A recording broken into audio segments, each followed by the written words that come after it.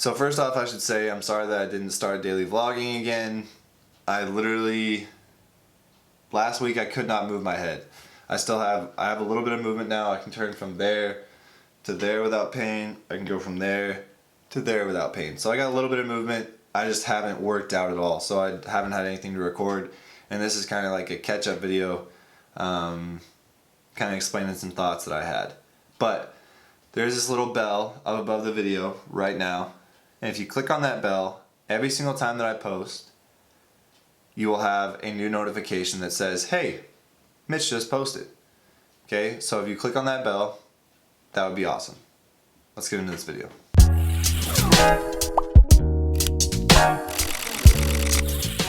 Good morning, everybody. What is happening? What is going on?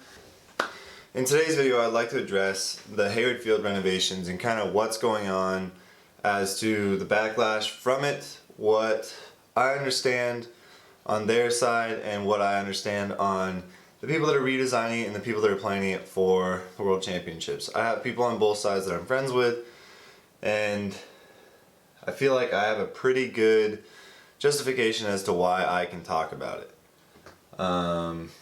Yeah. So let's get into it. So like I said, I believe that I am relatively qualified. I say relatively because I'm not an architect. I don't know anything about the construction and stuff like that. But as for people that have been at Hayward Field in the last 4 years, outside of the maintenance crew that's been there 24/7, keeping it perfect, and they're doing an awesome job. I don't know if they ever watch these videos, but I love you guys.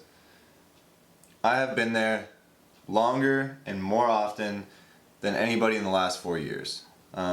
Due to my training schedule, I was there at the track more often and longer than every single person at the University of Oregon, outside again of the maintenance crew. Even most of the coaches I was there longer than, because I'm there doing recovery, doing all that stuff.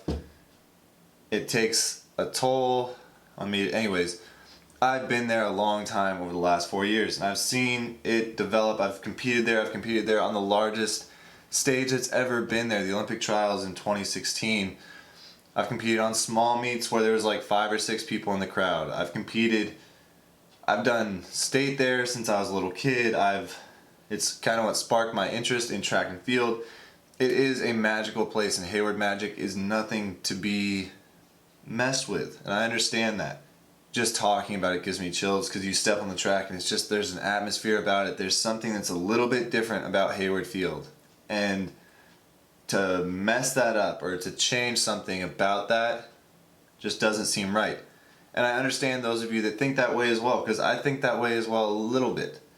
I understand that there should be that magic, there should be that history behind Hayward Field. There should be the people that are running at state are running on the same track where world records have been set. They're running on the exact same track where Prefontaine once ran. They're running on the exact same track where Bowerman stood on the corner where his statue is today and yelled at his athletes as they ran by.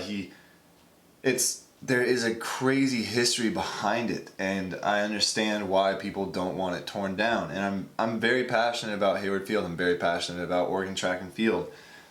But I understand the renovations, and apparently on April 24, 2018, the registered guard states that there was a city council meeting in Eugene saying that they could potentially, the city voted unanimously Monday night to consider a future meeting an application to nominate the field's East Grandstand as a city landmark, as well as review other options for the structure. Okay, so the East Grandstands is this one in the picture right here.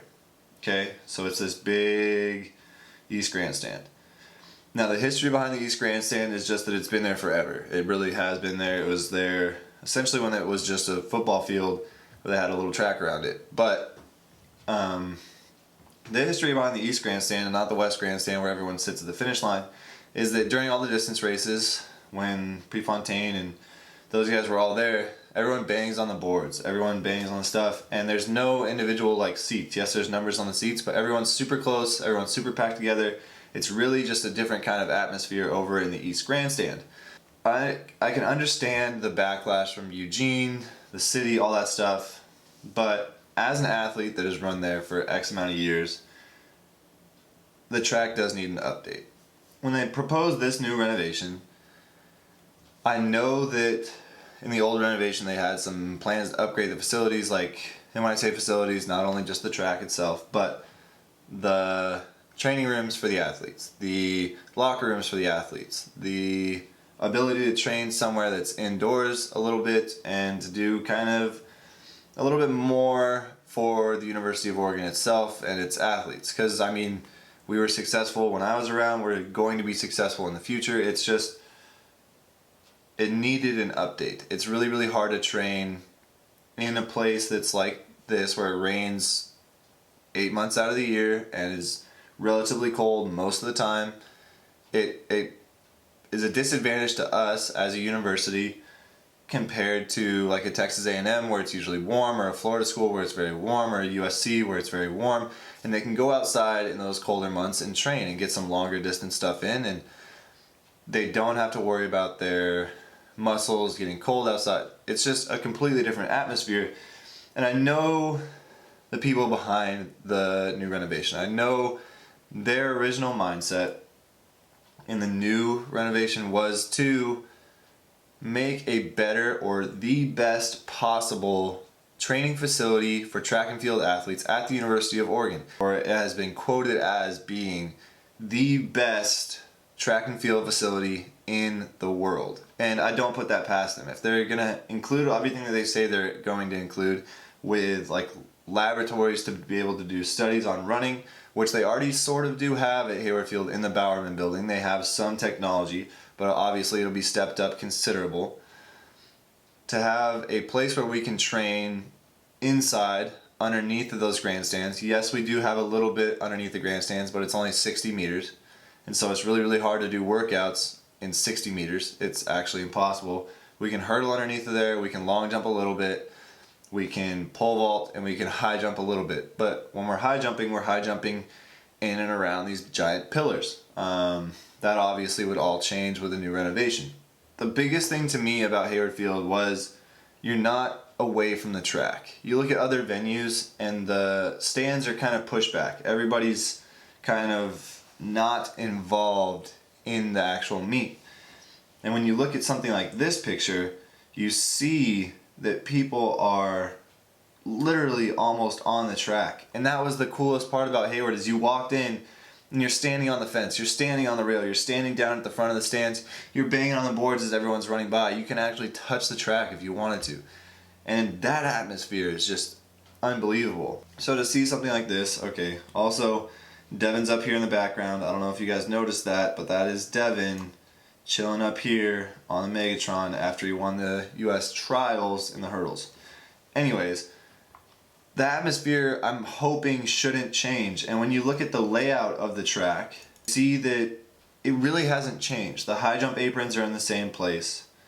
The javelin runway's in the same place. The pole vault runways are in the same place. The long jump runways are in the same place. The steeplechase is in the same place. Everything is still relatively the same. And so if you have the exact same track surface, obviously there's going to be a hammer and a discus in the infield. From what I can understand, they're going to be at the opposite ends, but everything is going to be the same. So if you're a season ticket holder in this seat because you like to watch the long jump, or you want to see the finish line, or you do this or you do that, relatively those tickets are still going to be the same. They're still going to be in the same spot. They're still going to be, you walk in through whatever door you come in, you walk in through the same entrance, because the entrance is located in the exact same way. The people that designed the new Hayward did a fantastic job in trying to emulate exactly what Hayward is today.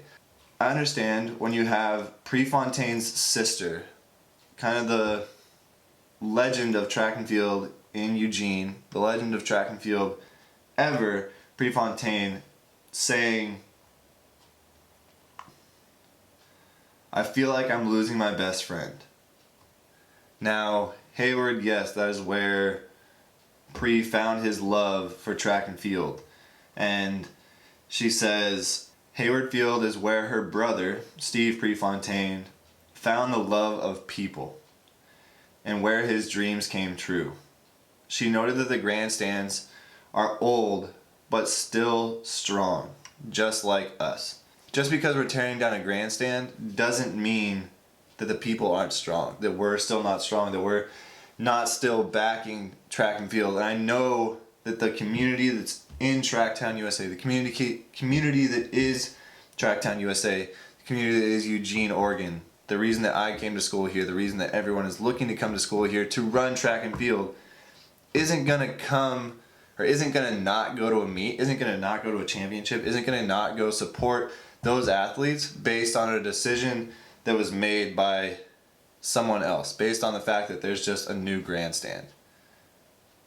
Yeah, there's gonna be some legacy that might be gone, but it's not gonna ever be forgotten. And I think that's kind of the emphasis on the Bowerman Tower that they're gonna try and include, is that they don't want those memories washed away. They don't want anything pushed away from what Hayward is today and what Hayward will be in the future. Fantastic venue that not only will be better for spectators, being able to see things, being able to be kind of out of the rain, in the shade, all that fun stuff, having better concessions, having better everything, but it's also going to be so much better for the athletes.